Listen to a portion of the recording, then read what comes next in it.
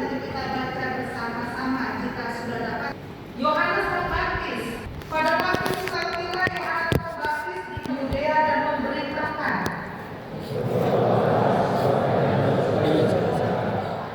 sesungguhnya dialah yang dimaksudkan Nabi Yesaya ketika ia berkata, ada suara orang yang berseru di padang gurun, persiapkanlah jalan untuk Tuhan, luruskanlah jalan baginya.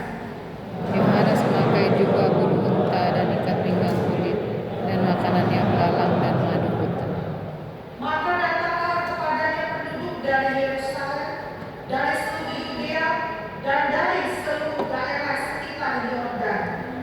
Lalu sambil mengaku dosanya, mereka dibaptis oleh Yohanes di sungai Yordan.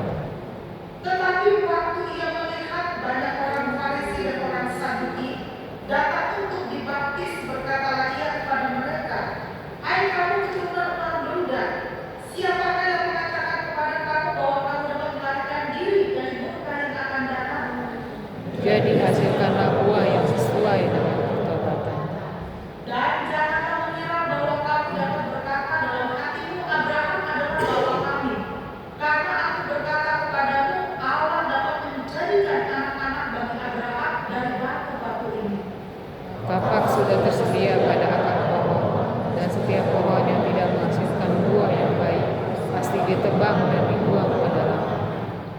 Aku membaptis kamu dengan air sebagai tanda pertobatan. Tetapi ia yang datang kemudian daripadaku lebih berkuasa daripadaku, dan aku tidak layak melepaskan kasutnya. Dia akan membaptiskan kamu dengan Roh Kudus dan dengan api.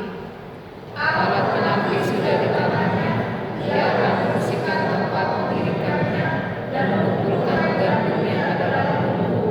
Tetapi debu jerami itu akan dibakarnya dalam api yang tidak terpadamkan. Amin. Firman Tuhan memberkati kita. Sampai nanti, terima kasih. Aku kasih saudara ibu saudara mengucapkan saya. Bapak Ibu kata Tuhan Yesus Kristus, tema firman Tuhan pada hari ini ialah buah yang sesuai dengan pertobatan. Itu saya ambil juga dari teks itu sendiri temanya. Buah yang sesuai dengan pertobatan. Buah apakah itu? Bapak Ibu kata Tuhan Yesus Kristus. Kita lihat slide yang pertama, Bapak Ibu. Saya mengajak kita untuk mengingat bagian ingat ya. Ada satu lagu daerah dari Sumatera Selatan yang berjudul Desa Ke, judulnya seperti itu. Dan bagi Palembang itu tahu lagu ini ya. Desa Ke, salah satu liriknya kan desa Ke, sepeda berbuah nangke. Jadi artinya begini, kok bisa ya? Kok sepeda berbuah nangke? Kira-kira begitu. Nah, pesan Tuhan adalah jangan pernah berbohong, karena kebohongan itu pasti akan menemukan sendiri kebenarannya. Kebohongan akan terbongkar seperti buah cempedak yang berbuah nangka tadi. Mana mungkin buah cempedak buahnya nangka? Kalau seperti itu saya tanam ke saya tanam ke pohon cempedak supaya saya dapat buah cempedak dan buah cempedak itu berbuah nangka kan begitu. Jadi kira-kira begitulah pesan Torah lirik lagu tersebut Bapak Ibu. Lalu kemudian slide yang kedua, nah ini di penghujung November baru-baru kita alami ini ada musibah banjir longsor Sumatera Utara, Padang dan Aceh Tamiang Bapak Ibu. Kita tadi mengumpulkan persembahan untuk disatukan nanti oleh di GMI Sumatera Aceh. Pesan Tuhan Yesus Kristus, banjir itu begitu luar biasa dan sampai saat ini saya mendengar berita apakah menjadi status bencana nasional, tapi memang ini menggugah kita semua. Keluarga kami pelayanan konseling Katolik itu ada keluarga yang menangis ke kita berdoa Katolik karena ada anggota yang dihubungi. Lalu kemudian ternyata adik kami Pak Pendeta juga sempat menghilang hampir 1 minggu lebih tidak bisa dihubungi, baru hari atau Kamis kemarin karena di Aceh Tamiang. Jadi hanya bisa menelpon dia tadi tidak bisa hubungi, hanya dia yang bisa hubungi kan begitu. Dan hanya menghubungi sebentar saja untuk beritahu bahwa selamat di pengungsian, tidak begitu saja lalu hilang lagi.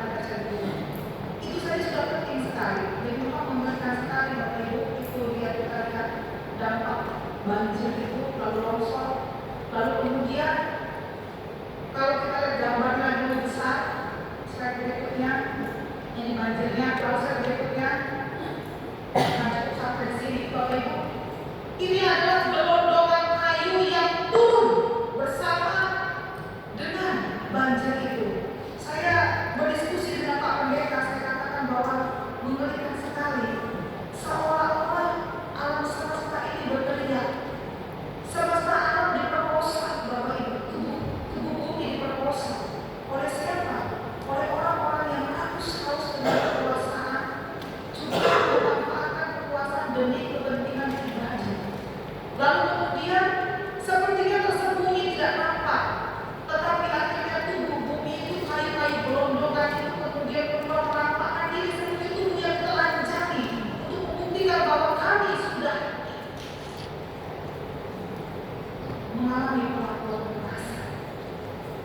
Itu yang tinggal, kayu-kayu gelondongan yang sampai saat ini masih disembunyikan. Artinya apa? Tidak dapat dipungkiri bahwa sesuatu yang tersembunyi, tetapi ketika semesta alam sudah berteriak, satu pun yang bisa melawan. Selaras saya pikir Bapak Ibu, dengan teriakan semesta alam, dengan teriakan seruan Yohanes Pembaptis dalam seruan padang bumi, ketika ia menyerukan supaya setiap orang bertobat. Ayat yang pertama, pada waktu kami lahir tempat sepatu belum dia memberitakan bertobatlah sebab kerajaan surga sudah dekat. Sebuah seruan pertobatan yang sangat tajam. Sebenarnya ini ditujukan kepada dua kelompok besar keagamaan Yahudi. Ada itu orang-orang Farisi, ada itu orang-orang Saduki. Orang-orang Farisi mereka orang Rabi. Mereka sangat sekali meritualkan hal-hal yang rohani, tetapi bukan cuma itu semata. Mereka menanti Mesias, tapi mereka berharap mereka punya konsep bahwa Mesias itu adalah penguasa yang akan menjatuhkan kepemerintahan Romawi, lalu mereka bersama dengan penguasa itu akan menguasai dunia, memimpin dunia. Sehingga mereka menolak Mesias yaitu Yesus Kristus dan menerima mereka, dan mereka menolak. Lalu kemudian mereka suka berdoa dengan doa yang panjang-panjang, teriak-teriak, puasa, mati cerita. Mereka juga sudah suka pakai di baju panjang, Bapak Ibu. Saya takut kalau saya pakai di baju panjang. Kenapa ini mengingatkan jangan sampai di orang Farisi suka berbohong. Pelayan-pelayan yang berjubah panjang, orang-orang yang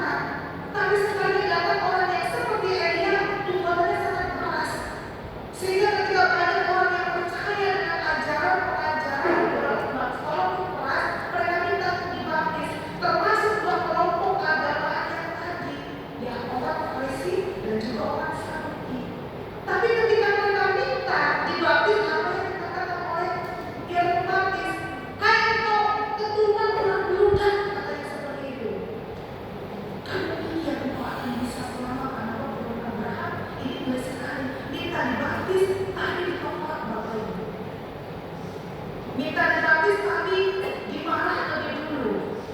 Saya nggak bisa pikir kan begini. Kalau gereja-gereja, nggak usah gereja Metodis, ya. Bukan dari Metodis, bukan DMI, cuma Depok, bukan gereja lain.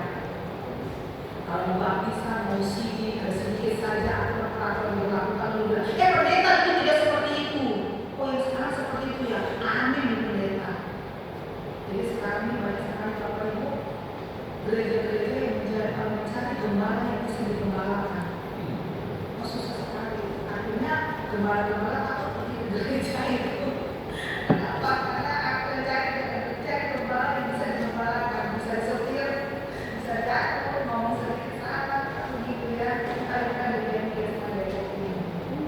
Tapi dikasih Tuhan Yesus Kristus, jadi waktu itu tugas sekali. Kamu betul-betul ular budak, bukan apa? Ada pun yang ular budak. Saya cari tahu bahwa ibu banyak ular budak itu di padang gurun waktu itu banyak sekali ranting-ranting kayu yang bertebaran. Jadi dia ranting kayu, dia lurus gitu, diam saja. Nah, ketika orang berjalan di itu ranting kayu, tapi ketika disepak atau dibersihkan, ditegak, rupanya itu ular budak. Nah, ular budak itu diam, tapi kemudian cek, nah seperti itu. Jadi berbohong, itu sebabnya udahlah. Yohanes Pembaptis marah dengan kemunafikan, kebohongan orang-orang Farisi dan juga orang-orang Saduki. Karena engkau bohong dan sesat, kau menyesatkan followersmu juga sesat. Orang-orang yang itu kelompok orang-orang Farisi, orang-orang itu kelompok orang-orang Saduki, mereka juga ikutan sesat. Jadi kalau misalnya orang ini dibaptiskan tapi belum bertobat, susah. Sudah punya legitimasi dibaptis, lalu menyesatkan Tuhan, makin hancur. Itu sebabnya jelas sekali yang mengatakan, tobat dulu baru dibaptis. Tidak bisa dibaptis kalau belum bertobat. Itu untuk orang kecil, orang sakit. Kalau ibu kasih Tuhan Yesus Kristus, apa yang disampaikan oleh Yohanes Pembaptis sangat jelas sekali. Yang pertama adalah bertobatlah, sebab pelajaran adalah saudara. Bertobat dari bahasa Yunani katanya kata yang dimaksud adalah metanoia, artinya itu berbalik. Jadi ketika orang sudah berada di jalan yang salah, maka dia harus segera berbalik menuju kepada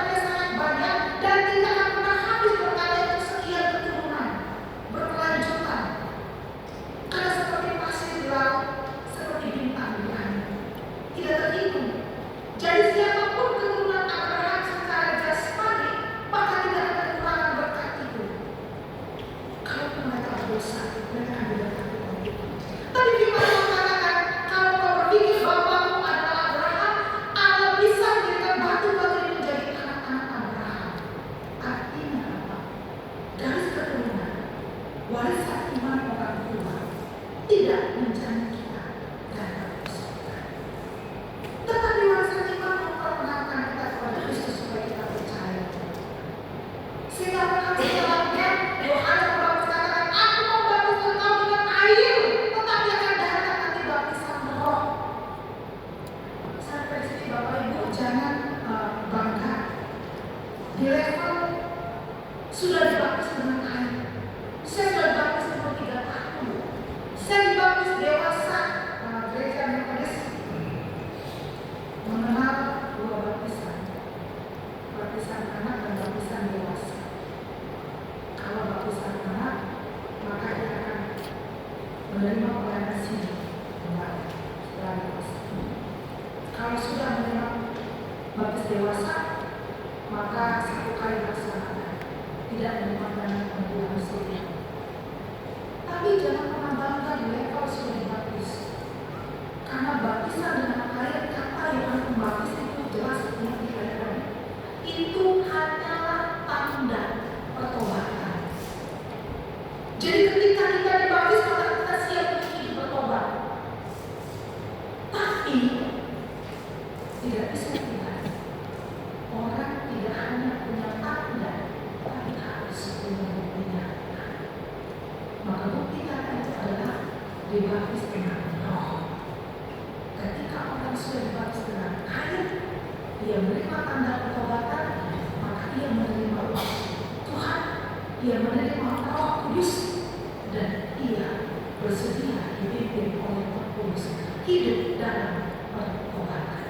Sehingga tanda pertobatan oleh baptisan air tadi akan digenapi, disempurnakan oleh tanda baptisan oleh Roh Kudus, oleh Roh Allah, sehingga menghasilkan buah-buah roh. Ini sebagai pelatih